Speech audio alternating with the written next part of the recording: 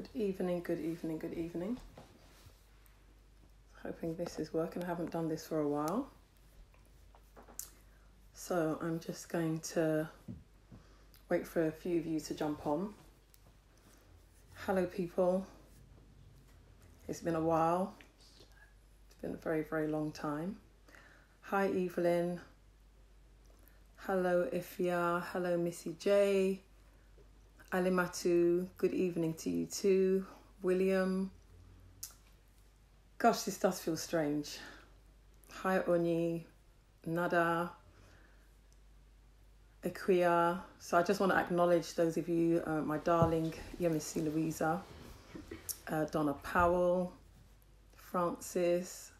Guys, thank you very much for taking out your time to come and have a conversation with me. You'll have to bear with me because emotionally I don't really know how this is going to go. But I would first just like to say a big thank you to everyone that has supported me since I lost my husband in January. It's not a conversation that I ever thought that I would ever have. But this is where I am. And I just felt that it was the right thing to do to be able to have a conversation with you, even if for nothing else, to say thank you, because I received an overwhelming amount of support from even people that didn't know me. Everyone wanted to help, everyone wanted to support me, and yes, it was overwhelming, but for all the right reasons. So I just want to start by saying a heartfelt thank you for, all the love and support that you've shown me. As you can see, I am doing a lot better. If you'd seen me before, I think you'd be grateful that I actually waited till this time before doing a Facebook Live. Apparently, I looked really gaunt. I can assure you I have put on some weight. So clearly, weight loss is not my issue at the moment.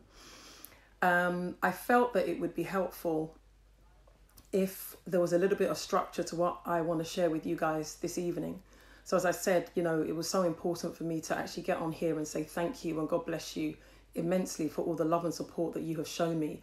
And if I'm being honest, since I lost my husband, there isn't actually a day that goes by that somebody somewhere doesn't send me a message of encouragement or, check about my, my welfare or that of my children. So I'm really, really grateful. A lot of people say that what they experience after they lose somebody is after the funeral is done, everybody disappears. I can honestly hold my hand up and say that has not been my story, not even close.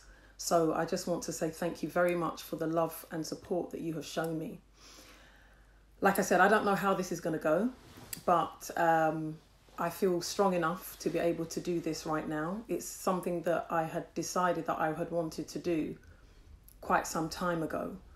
But what I don't want to do today is just to be talking at you. So I am going to share a few things with you. And then if you want to ask questions, if you put them in the comments box, I have my lovely assistant Simone, who you can't see, but she will read out the questions for me. And I will answer them as honestly and as openly as I can. And I think you guys already know that I'm very open and I'm very honest. So if you ask me something, I will answer you. What I would also ask you to do is that if you want to share this video, can you please check your privacy settings to public so that other people can watch it? I think what I have to say, I think it's important. I know that it's not a conversation that we're used to having, which is kind of my speciality, having conversations people are not used to having, So I will just get right into it. So the reason why I wanted to do this video was for people to have a real understanding of what it means to be widowed as an African woman. Yes, I'm Ghanaian. Eddie was Sierra Leonean. But I have seen, having, majority of my friends being Nigerian, even more than Ghanaian, I've seen some common trends and, other countries as well across the continent. And there seems to be a common theme that we women seem to go through when we are bereaved. And I felt that as somebody that advocates for women, my conscience would not allow me to, just for the sake of my privacy and to a degree my own dignity, that I hid my experience, knowing that there is another woman 2 minutes, 5 minutes, 10 minutes away that is going to go through exactly what I'm going through. And I just felt that it would be the responsible thing to do to share my experience, to not only help other women, but also for the men who marry these women to take some responsibility for their wives whilst they are living, and not to the mercy of the family after they're gone. So my story started quite unexpectedly. As you know, I lost Eddie suddenly on the 21st of January of this year. And because it was sudden, not that if I had had notice of it, if he had been terminally ill or anything like that, I don't know, because that wasn't the experience I had. But to say that it was shocking is an understatement. And because I knew that it was going to be shocking for other people, I did post it on my social media, and I did say, I don't want anyone to contact me, because quite frankly, I was not in the right headspace to have a coherent conversation with anyone. Now, after I lost Eddie, things started to snowball very quickly. And by that, I mean the experience that I had people from, and I think, before I even go into that, let me make it very clear that when you marry into a family, there only needs to be a couple of people who are not wired correctly to make your life hell. It doesn't have to be a majority of them. I mean, my sister-in-law, some of my husband's cousins, my mother-in-law, they are wonderful people. And I wouldn't be where I am today if not for the love and support that I have had from them. And my husband's family are huge, both on his father's side and on his mother's side. They are a huge, huge family. So what I'm about to share of my experience, before I even go into it, I want to make it very clear that this is not in any way, shape or form a general experience with all my in-laws, because it is not. I'm talking of maybe about 8 to 10 people. When I lost my husband, it was very sudden. So what I decided to do with the little brain functionality that I had was to appoint somebody within the family who would be a point of contact for the family. That was twisted. And the message that went back conveniently by a few people that had their own agenda was that I didn't want to engage with the family. The response was that they're trying to get hold of me and they couldn't get hold of me, even though there was somebody that had been appointed to answer any questions or to even have a conversation with, because as I said, I was in no fit state to have a conversation with anyone. That wasn't respected. What happened was it was turned around that I am trying to extricate myself from the family. I don't want anything to do with them, which wasn't the case. And that's when the bullying started, or the attempted bullying, because I wasn't having anybody bully me. And I think one of the reasons why I have been so eager to share my experience is because I don't speak for all women. I am myself. And from childhood, the one thing you can never do to me is bully me. I've shared some of the stories on my Facebook before where, older girls have tried to kick my butt. And though I couldn't beat them up, they, always would be reminded by the marks I would have left on them that they messed with a little child that they shouldn't have messed with. So I believe that I've kind of been groomed to manage myself, even in this situation, without knowing it. So within a week of my husband's passing, I received a text message that basically was demanding that I show evidence. I should produce paperwork from a court to show that I have the right, or that I had the right rather, to bury my own husband in the manner in which I wanted to bury him. And I was being asked to submit court evidence that how I wanted to bury my husband, that I had the right to do that. And if I can find the message, I will read to you what was said. Now, this was within about 4 or 5 days. I don't believe it was quite a week of me losing Eddie. The message started off with, sorry for your loss, and then it went straight into it. And I was accused of causing chaos for a funeral that I hadn't even started to prepare for. I remember, traditionally being Ghanaian, the woman wears black for, straight away, at the moment your husband passes, you wear black. And you can obviously determine whether you want to wear black for 6 months, a year, whatever.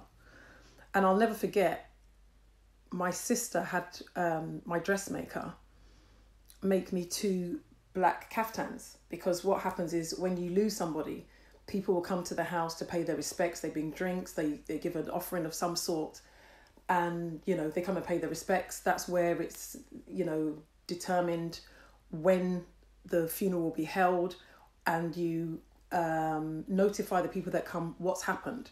It's very, very formal.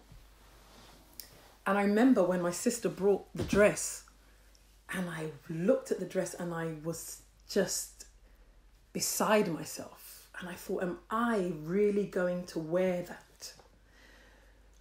So there was so much going on that to receive that kind of a message, to me, was just callous. I think it was evil. But thankfully, it allowed me to channel the hurt and the anger towards dealing with that. So it was kind of a distraction for me. So I say, if anything positive came out of it, then that would be what it is. I'm going to read that message if you've got it for me. Mm-hmm. I'm going to read to you what I received, and hear this. The reason why I'm doing this is for me to be able to show you what we go through as African widows, as shameful as it is. Thank you. I'm going to have to bare my soul a little bit. And this is not easy for me. This is a message that I got, and I'm not going to call the names out of the people in here. But this is what I received a few days after my husband died. Good morning, dear List. My deepest sympathy. May the Lord give you strength during this difficult time. So she's got the formalities out of the way. The reason I am texting you is about the chaos you have created for Edward's funeral. This should have been a time for us to come together and mourn Edward. The family is ready to stand by you and your daughter. Believe me or not, you are still in shock, as none of us would have imagined Edward, a young and vibrant man, would die at such a tender age. Do not listen to people who would leave you all by yourself soon after you buried Edward. Finally, I would like to know if Edward left lasting power of attorney to you over his funeral plans, specifically for X and other family members not to attend his funeral. If he did, can you please send me the certificate number so that I can go and check at the Court of Protection? Otherwise, you have no right to stop anyone from attending Edward's funeral. And then she ended by saying, the family still love and respect you as Edward's wife and mother of his beloved daughter. I am looking forward to hearing from you by the end of today. Well, you'll be proud to know that she did hear from me by the end of that day, and she wished she didn't. This is what I was sent within a few days. Now, even this is what? The fact that we are living in England makes no difference. You have people that have come from their village. Somebody has been stupid enough to give them indefinite leave to remain in the UK, and this is what they're using it for. They've not evolved. They have not educated themselves. They have not grown. They've not learnt anything. And this is what I was sent a few days after my husband passed away. No funeral arrangements had been made. I couldn't even have that conversation because my husband wasn't terminally ill. And I think what is interesting is that you find that you lose someone and these people pop up who were never there. Now, it's no secret that my husband had not been well since he fell ill when we were on holiday in 2015 in Portugal. And we are very private people. I share what I want to share on my social media. Unless it's really necessary, I won't share it. And I remember Eddie was furious that I put out that he was unwell. And I said, Eddie, I have to say something. I've got the launch of Who Will Hear My Cry. I've started to sell tickets. You know what people are like. It's my first event. I said, I can't just say due to unforeseen circumstances, because I did that in the beginning. Excuse me. But what had happened was Eddie took a turn for the worse. So we ended up staying in Portugal for 3 months. If you guys remember correctly, Eddie got flown back via air ambulance into North Middlesex Hospital. He was hospitalised for a total of 6 months. And I have cared for my husband ever since. But I had to share with people, what had gone on. And even having to share that, it is not easy for me. But I think for what I intend to do moving forward, it is necessary. For those of you who are not African, as you know, once you are married and your husband dies, automatically you're the one that killed him. And yes, if you are wondering whether I too was subjected to that, yes, I was.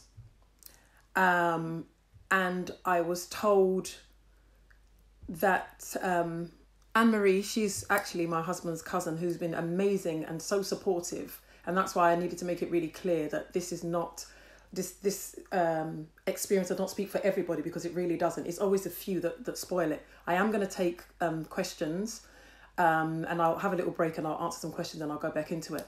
But what I was saying is, once you are an African wife and you lose your husband, automatically you are to blame.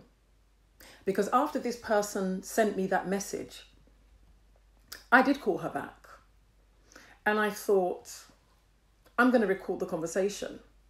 So I recorded the conversation without her realising. And I filled in the blanks and I said, even if somebody commits murder and it's caught on CCTV, that person has the right to a defence if they go to court. The most you should have done is ask me why I will refuse to have somebody at my husband's funeral. And like I said, I will always be my own woman. I will never ever allow anyone to dictate to me how I should behave if what they're asking me to do on principle, I don't agree with it.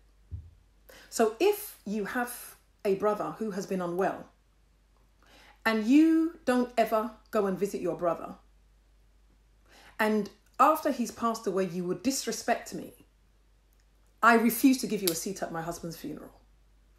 I won't do it. It's my right.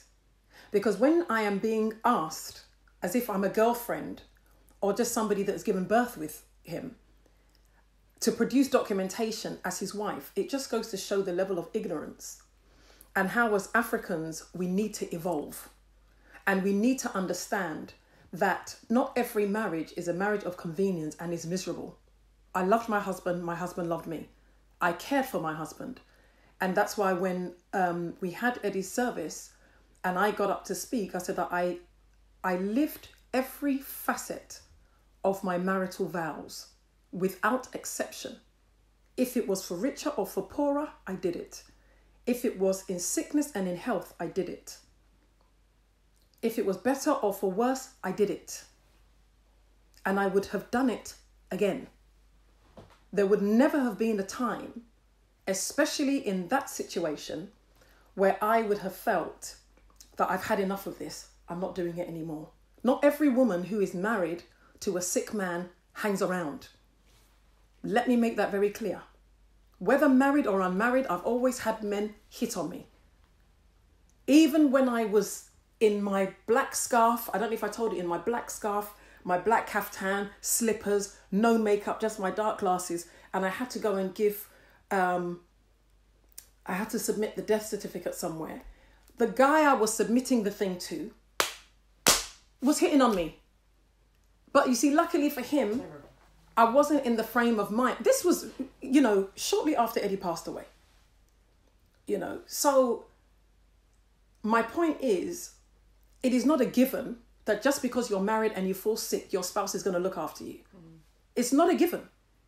But that was the woman my husband married, that I was committed 100%.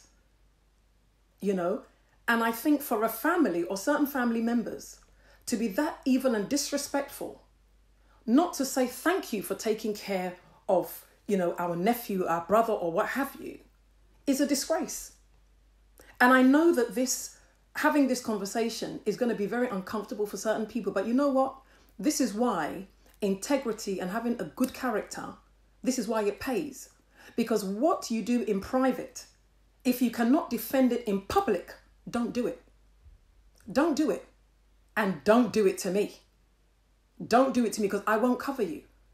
Because I could have sat there, come out, and the first video you get from me is, oh, you know, I'm doing an event here. I could have done that. But I even discussed this with Simone. I said, I would feel like such a hypocrite. I just wouldn't feel comfortable knowing what I've been through. I claim to be in the business of supporting women. And I know that there is another widow, and a lady lost her husband not too long after I lost mine. Unluckily for her, she's lost 2 husbands. What do you think she's saying? She's killed her husband. Thankfully, the kind of person I am, those comments didn't bother me, because I know that I honoured my husband, and therefore the opinion of fools don't really count. And what gave me the strength to be able to stand up for myself against certain members of my outlaws, because they're not in-law, they are the outlaws. I was able to do it because I could hear Eddie's voice. Sometimes I would laugh because I'm very fiery. And people are, you know, oh, Eddie's always smiling, he's so cool. Listen, there ain't nothing cool about my husband. Eddie was a very he could be very quick-tempered, and he would always say to me, oh, I don't have time for that rubbish. And I could sometimes hear what he would have expected me to do. And a part of me felt ashamed that I wouldn't stand up for myself, because that's not the woman he married. He doesn't know me like that. He does not know me to be somebody. He's used to me being like, Eddie, you don't even talk right, I've got this. Even dealing with his medical stuff, I don't even let him speak. I speak, and sometimes I can see the doctors get pissed off, and then you see them type in their notes, very supportive wife. Yeah, of course. That's my job. That's my responsibility. And I take it seriously. I'm going to take a bit of a break. Do you want to, if there's any questions? Yeah, we can take questions now. I'll answer them, you know, as honestly as I can, and I will, you know.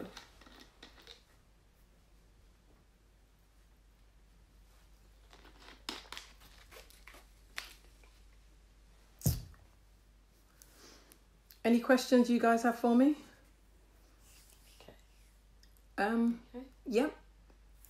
If you read it out for me, and I'll just, who it's from, and then I'll just answer. Okay. Thank you very much. Yeah, if you had a question, that is because I think there's quite a lot of comments. Just post it again, and then I'll answer. But yeah, it has been difficult. It has, certain elements of it have been difficult. I will say, yeah, when the questions come up, I'll answer. I think what I found hard was the realization that grieving is a luxury. That's what I found hard. I just assumed that you lose somebody, So Jackie has a question. Okay. And Jackie would like to know, were they checking on Eddie at all during the time of his illness? No. The short answer to that is no, they were not. And that's why I was so offended at the fact that the ones making the most noise were not there. And yet still they had the most to say. So the answer to that question is no, they were not there. Thank you. And Malcolm would also like to know, how do you feel your son and daughter have coped with the loss? I think what I felt quite resentful about in the beginning was hearing my kids saying to me that they have not been able to grieve because of what they saw certain people putting me through. So that's what they found very difficult. I would say that they have coped quite well, but I think partly because I went to Ghana with the kids.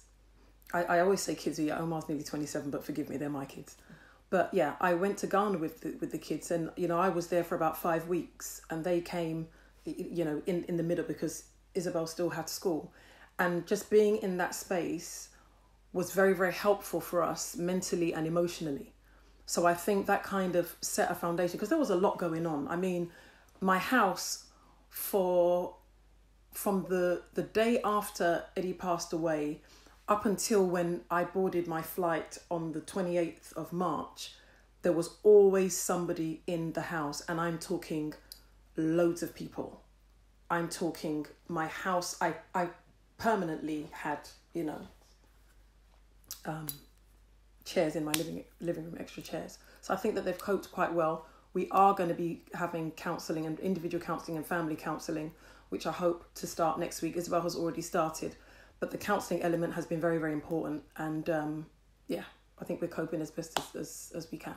Okay, so that's answered Gloria's question, and I suppose Michelle's question was asking how the children are. Another question raised by Natalie is, are you able to forgive and forget? And then Alamatu has a very good question, so we'll just cover Natalie's. One thing about me is forgiveness has never been my issue. By nature, I'm not somebody that bears grudges. And that's probably why I deal with people's foolishness very quickly, because once I've dealt with it, I've dealt with it. However, I am not of the opinion that forgiveness is synonymous with trust and relationship. Do I trust these people? No. Because there must be a certain level of evil and wickedness within you that will permit you to try and kick somebody at their most vulnerable, especially when you know that they have children to look after, and especially when you claim that you love this person that has passed away. So forgiveness has never been an issue for me. I don't bear grudges like that. I recognise that somebody is full of crap, and I don't have any expectation that they're going to morph into anything else. If they do change, I believe that's for their benefit. Okay, so 2 more questions. The first one being from Anamatu. Have you had any support like counselling, and how did you find what's being offered for African families? In terms of counselling, I am yet to start formal counselling, which I will do. However, I have got a very amazing network of people that I can talk to.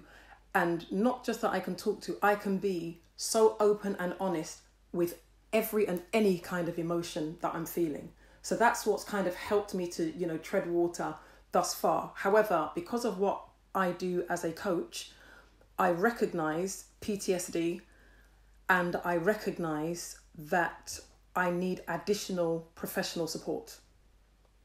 So, and the reason, well, I'm not going to go into that, but yeah, I will be going for counselling. And no, I do not believe that there is enough for African women.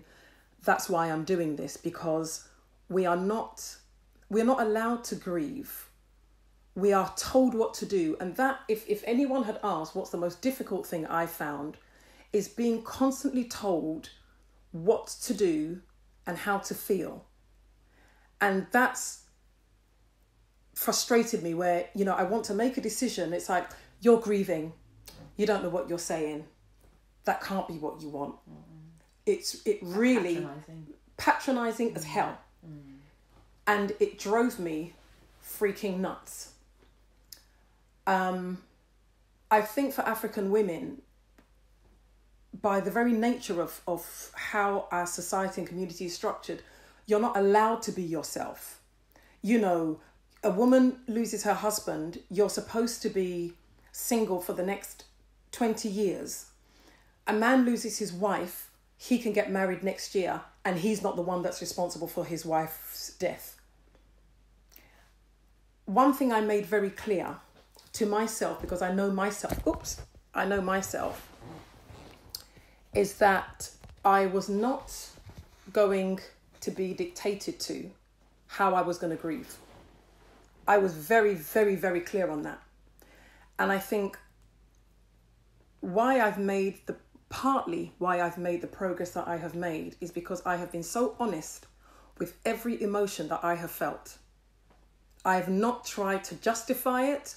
I think I even put on my Facebook, I'm not grieving the Christian way, the cultural way, the traditional way, the family. I'm grieving my way. And I make no apologies for it. So if I want to go and down a bottle of brandy, well, guess what's happening to that bottle of brandy? It's going. Not that I have done, but I'm just saying as an example, whatever it is I feel, I'm responding to it. Because what I was afraid of is trying to pretend that I'm okay or that I'm not feeling a certain way.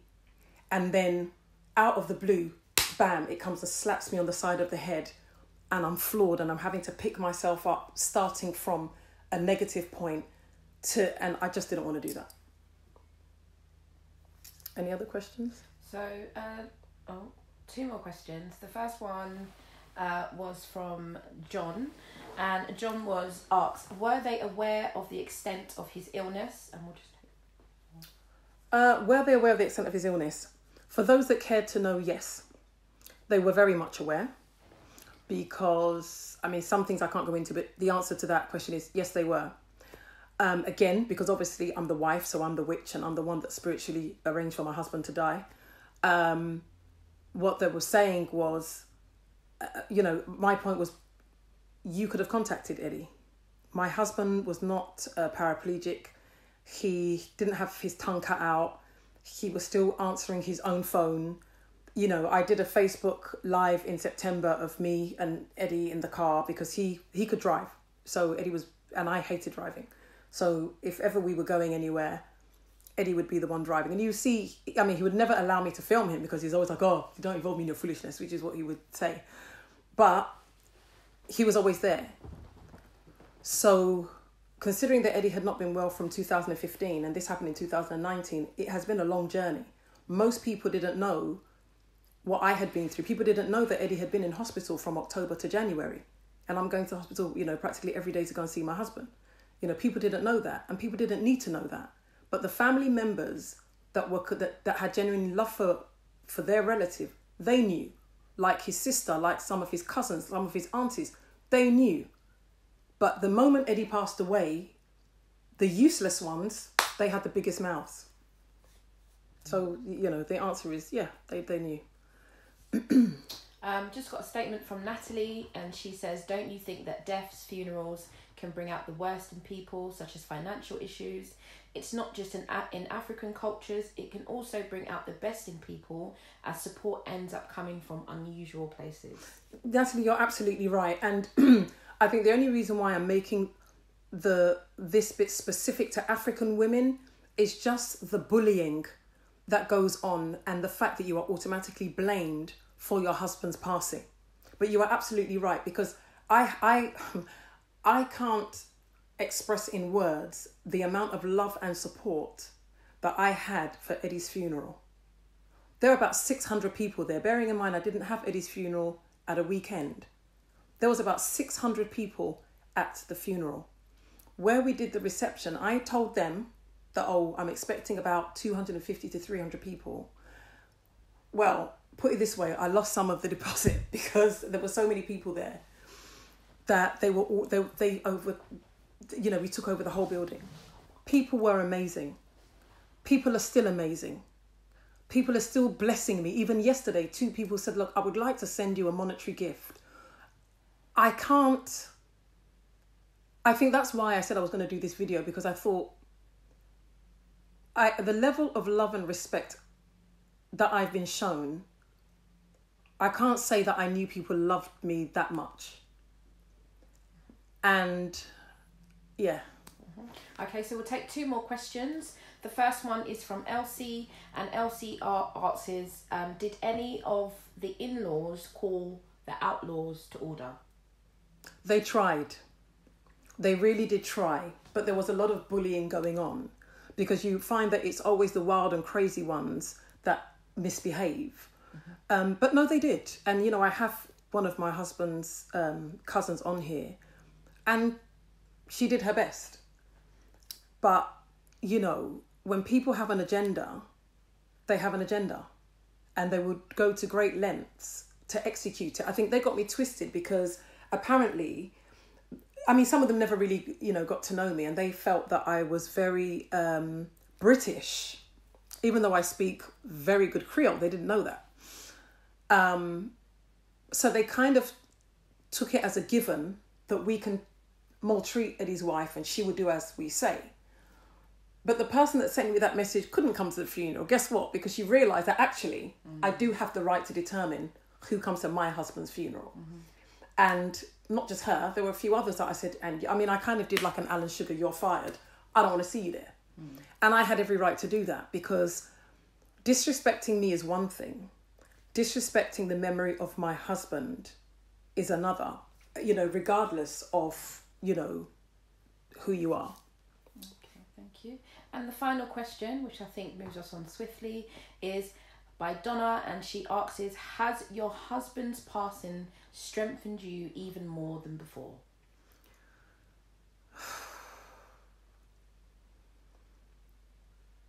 Oh God, strength. I don't think I've been strong at all. I think I have managed. And I think I did say at one point that it's not strength that I rely on at this stage, it's grace. So no, I feel it has given me another area of where I have to give of myself to other people. But no. Yeah.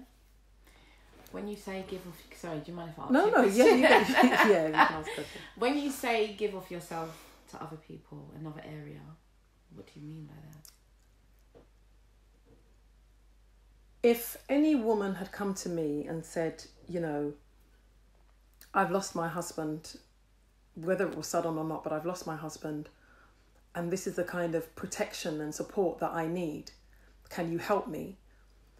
Of course, I would help the person, naturally. Would I have understood Before. what she meant? Not in a million years. Not in a million years. Because there is no amount of explanation that anybody can give you that will ever allow you to understand what it means to lose your husband or your wife. When you've lost that person and you're not even allowed the grace to grieve. I lost Eddie Monday, 21st of January. By Tuesday morning at 6 minutes past 8 a.m, I am getting messages demanding an update on what is going on. There was no grace and there was no mercy. There was no respect. There was no empathy. There was no regard. And I think it's that side of things that I think makes it so difficult. But having gone through it, and having gone through it as a so-called strong woman, I know that there are many women that would have really struggled. Because for me, I told them, I said, I am a one-man army. I said, I will come for you people one by one by one, is what I told them. I said to them, I said, me, I will cry. I said, I will tie my, in Ghana, Sierra Leone, Nigeria, you call, when you tie the cloth around, you call it a wrapper. I said, I will put down my grief. I will tie my wrapper and I will deal with you people one by one by one. But that's me. For another person, they may not have that strength. for some reason, my grief, I was able to turn it momentarily to fight my corner, because inherently I hate bullies, and I hate being bullied. I become like a wild animal. So I just went into, what's the word? I went into my role kind of thing. Yes. I just kind of switched automatically, like, right, this is act now, cry later. So that's what helped me. So when I say give of myself, I've never heard anybody talk about grief and bereavement in the African community like this. I've never heard it. Maybe had somebody told me, I would have been better prepared, possibly. But yeah. Yeah, I suppose that's what I was aiming at. I suppose that it was grace that got you through it, but you know that you will have the strength to support others. I will definitely have the strength to support others. I've started already. I mean, I'm part of a few bereavement groups, and I've said to someone, because, you know, you kind of, you wear this badge of honor that you didn't ask for, that you kind of, you identify with the language of a woman that has lost her husband maybe a few days or 2 weeks, because I was that woman. And then you see down the line where you are. You know, I'm listening to women who have remarried but are still saying, but I still remember my husband who passed away. And I get that. You know, I may not be remarried, but I get that. And I've already understood that the emotions that you have for your spouse that has passed away, it's immortalized, it's ring-fenced, it's put in a box. You can't touch it, because their life was taken, their heart towards you and vice versa wasn't. So that's just stuck in time. I do believe that you live a parallel life where you can love again, you can live again, you can function. However, it runs like this. The time is a great healer thing. For me personally, I think it's a load of rubbish. I don't think it is. I think you just learn to manage. I don't think healing ever really comes. I think because you have a lifetime of milestones, you have a lifetime of reminders. And that's just how I feel. What's Anne-Marie saying? She can't hear you, but there's internet problems. But we do have a beautiful comment here from, is it Thea? And he or she says, I grew up seeing the true love Auntie Dillis had for Uncle. It was beautiful to see this woman is A-class. She embraced our culture so much. To joke wholeheartedly, I am so sorry for this, so sorry. Sorry some people did this to you. Bless you, darling. You know, what can you do? You know, it's life. And then Deborah Sawyer has said, Life for Widows talk about grief for widows. It's one of the few causes I support, and it's a community made up of predominantly of African women. You may find their work useful, Dillis. Most certainly. It would be nice to, you know, get some information, you know, on that. But I think one of the other things that I wanted to share as well was I had a conversation with a very good friend of mine who's Sierra Leonean. In fact, she's the one that catered for Eddie's funeral. She's absolutely amazing, designer Klein Thomas. And I remember having a conversation with her and her husband, and I said, you know what? Like how when you have a child, you pick godparents, and, you know, the reason you do that is like, well, in the event of my death, I want you as the godparents to see that my child is okay and yada, yada, yada. I think we need to be doing that within the African community. I think when a woman is brought into the family, that there must be people appointed within the man's family that are the protectors of your wife in the event that something happens to you. And I think that would be the only way where this kind of abuse isn't allowed to happen, to be honest. I think that there has to be, you know, some protectors. I was very fortunate because I was married to a man that would never allow you to disrespect his wife. We could have had the biggest argument. Don't disrespect his wife. He ain't having it. And I remember, I don't know why I'm remembering this, but I remember a long time ago we had somebody staying in the house. I think the lady was a little bit, I don't think she was quite the full ticket, but I didn't realise that at the time. And she made the mistake of saying, Mr. Sillah, you're okay, but your wife, and that is as far as she got. He went, hey, don't talk about my wife. And it was so, and you know, it was a serious thing, but I had to laugh. That's the kind of person that I was married to. Eddie was my protector in that regard. So I was never one of these women that had to suffer having their outlaws abusing them and my husband having to be the arbitrator. And no, because I am a strong believer that when you bring a man or a woman into your home through marriage, you automatically must protect them. Never must they be in a position where they are obliged to protect themselves. That shouldn't happen. If you're doing that, then you're either, well, you're not taking care of business. There should never be a situation where that person has to stand and defend themselves to your mother or to your father or to your brother or to your sister. That's your job. That's your job. It's not right. And I think because I had that luxury, I mean, I was very fortunate because like my sister-in-law is just an amazing woman.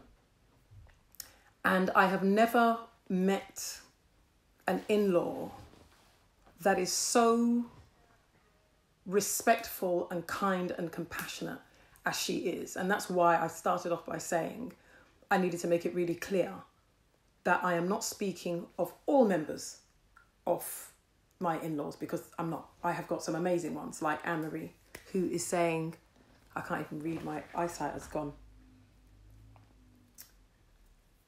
I am so angry that I've missed your first live talk. And I was looking forward to it. Love you always. Mwah, mwah, mwah. Yeah, she's heart. She's amazing. And as I said, that is, you know, evidence that, you know, they're not terrible people. It was just a few, you know. And yeah, they said a lot. I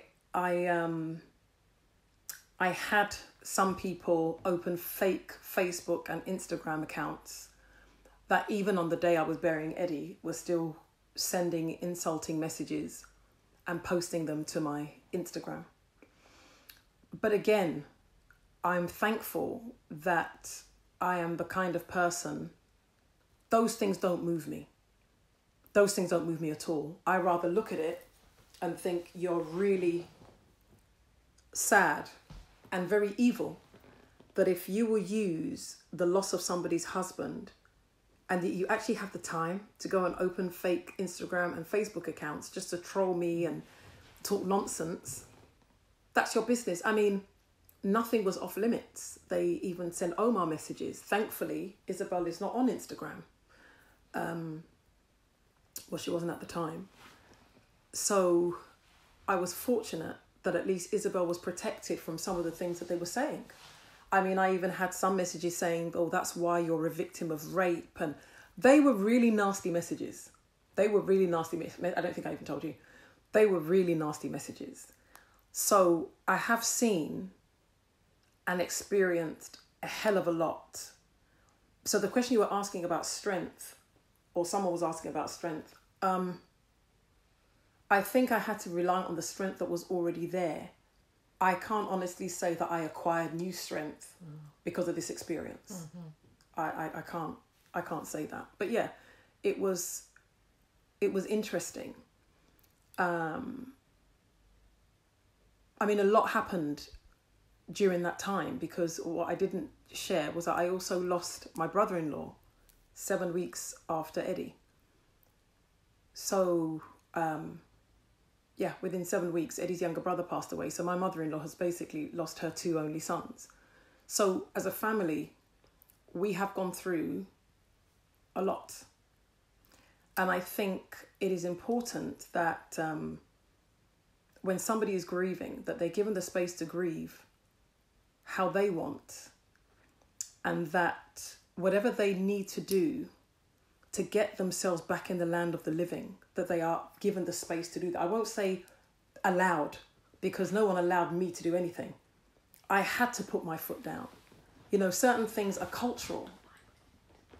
So for example, you know, my mum said to me that, you know, don't go to the graveside right now, it's going to upset you. Whereas it was actually the opposite for me. Mondays were very difficult because Eddie passed on a Monday. So as soon as that clock hits like 9 o'clock, my whole mood, it wasn't just me, even the kids, the whole mood in the house, the atmosphere just changes. But I found if I went to visit his grave on the Sunday, I could cope with Monday. You know, it was easier for me to manage. So, you know, I just felt that I owed people the respect in letting you know where I am.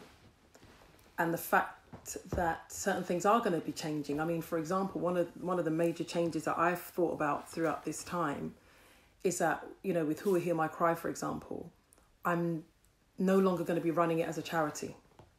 What I will be doing is signposting. So I will act as like a first point of contact, because my circumstances have changed. I'm a single parent. And therefore, you know, I need to spend that time with my children, because Who Will Hear My Cry was self-funded. I funded that. You know, now, you know, they don't give money to the small charities, they give money to the big charities. It's very difficult, and I had to come to that very difficult decision that I would have to pick up that baton later, though the raising of awareness and stuff will be done through social media. That side won't change. It's just the real grafting in terms of, you know, getting out there and doing certain things.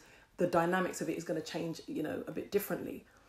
And also the fact that now I'm going to really take my, you know, coaching and work to a different level, and adding grief support, and even for the children as well. Because like someone asked me, you know, how are my kids coping? Well, what was being done to their mother was having a direct effect on my children, where they're telling me we can't grieve because they're hearing me on the phone. They're hearing, you know, all these people coming to the house and this confusion here. And it was very difficult. So those are some of the changes. But I do feel that I have made I have made immense progress, because you saw me maybe once, I think. Gosh, at least I can laugh. And the fact that I've been able to do this video without crying, and twice. That, you know, I've had my moments, but I've been able to, that doesn't mean I don't cry, but at least you have. I can, do you know what I mean? You know that I've come a very, very, very, very, very Absolutely. Long way. Mm-hmm.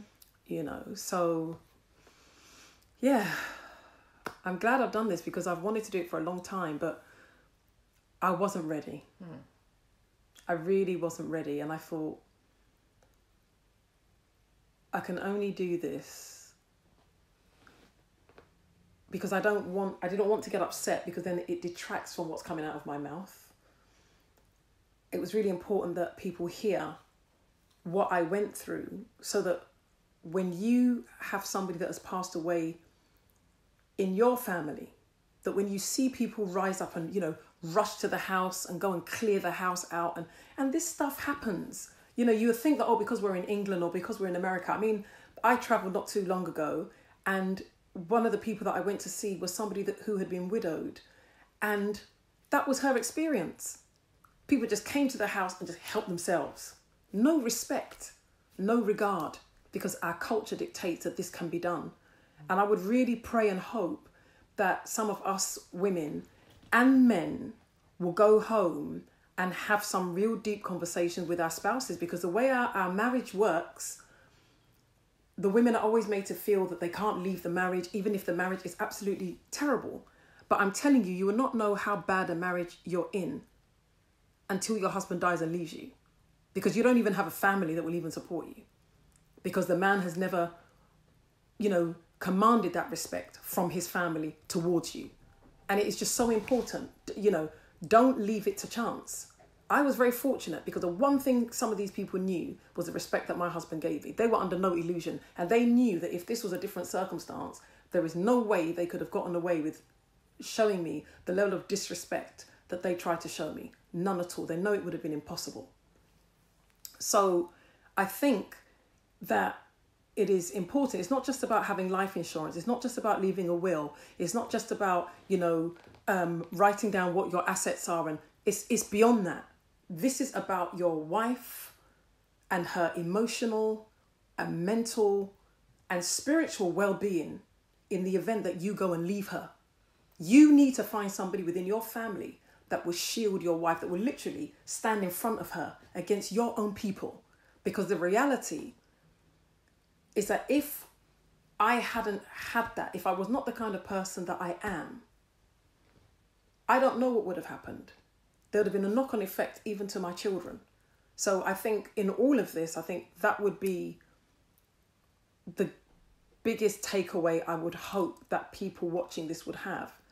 To protect your wife and your children whilst you are living, as you would with godparents, appointing people that if anything happened to me, I want you to have a key role in how my child is raised. Would do that with your wife. It is so important. I'm one of the lucky ones. I know that how much my husband loved me. Not a lot of women can actually boldly say that. Half the reason why I was, as I said, was able to be bold and stand up and fight my corner is because I knew that my husband would feel so disappointed in me if I allowed myself to have been walked over, because he doesn't know me like that. That's not the woman he married. So that's what gave me the strength to be able to do what I needed to do. So, and yes, my friend Charlene, I've just literally said, and one thing that I'm going to touch on quickly is when someone is bereaved, please don't feel obliged to speak. If you don't know what to say, it's okay to say, I don't know what to say. Believe you me, we would appreciate it. There is nothing more irritating than hearing people just release these cliches because we know that it means nothing to you. We know. So I've had people that will come and say, oh, I'm sorry for your loss. It is, well, what happened to your husband? And I'm thinking, it's a good job that this is a message and you're not sat in front of me because I would wire you one. And it aggravates my soul. It is as well-meaning as it may be. Sometimes it is, sometimes it's not. It's for the person grieving to tell you it is well. It is not for you to tell me it is well. It is not for you to tell me that my husband is in a better place, because there's no better place than my husband being with his wife and his children. There is no better place as far as I'm concerned. So I'm just saying this because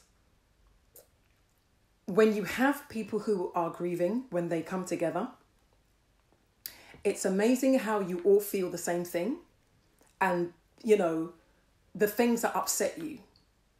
And I just think it's important that we are a little bit sensitive. And I appreciate 100%, that it's hard. I mean, I had a friend speak to me yesterday and he said, Dillis, I called you once and the way you cried on the phone, I couldn't call you again because you're not the strong person. And it's so amazing how many people expected me to be strong when my husband's just died. I'm like, I'm seeing a vulnerable side to you. I'm like, are you kidding me? Mm. What else did you think you were going to freaking see? Mm. What would you expect? Me to be like, yes, my husband has passed away, but are you crazy? Do you know what it means to lose a spouse? I was with this man for 17 years, for God's sake. So, I was just incredulous. So, when you're speaking to somebody that is grieving, don't feel that you have to find something spiritual or clever to say. Just say, I really don't know what to say right now, but I'm thinking of you. Done. Believe you me, it means more to me than you coming to quote a scripture that you have never had to test. Okay? Don't come and tell me it's well. Do not tell me that my husband is in a better place. I don't want to hear it. I don't want to hear it. You know? So... Got lots of people sending you lots of love. Thank you. Nick McKenzie. Nick is Isabel's godfather. Yes, he sent you lots of love. Fee left lots of messages of love. Thank you so much. I think I'm going to try and upload this on YouTube. I think my YouTube is www.youtube.com/Vilified. Something as exciting as that. It should be just go to YouTube. So just go to YouTube. Yeah, so I'm going to try and save it. And I'm going to see if I can put it on Instagram as well. But this was just to say thank you. This is where I am. I pray that we've learnt something this evening. I'm back. I've had to kind of give myself a bit of a push as well. So I'm back. I will go back to putting my humorous, flippant, cheeky Facebook statuses up. And yeah, I just want to also offer my condolences to the many people that have lost loved ones. I mean, I had a friend that called me this morning. She had lost a loved one, and she was told by somebody quite disrespectfully, it is well, and it wasn't nice. And even when she raised her objections, it didn't sound like the person was quite getting it. So I just want to say thank you. Excuse me, that I'm very humbled by the level of support. Believe you me, I've never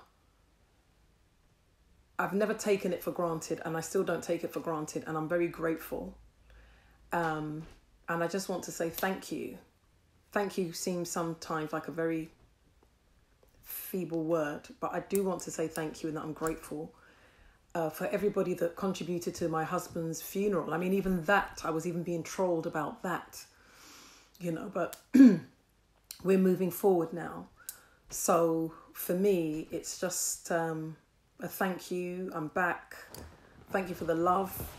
I hope that you'll bear with me in times where I may just be feeling a bit off and want to share something. And that if anyone needs me, that I'm there. I have nowhere to go. I'm here. So thank you very much. And good night, and God bless you. And thanks so much for watching. Thank you. Bye-bye.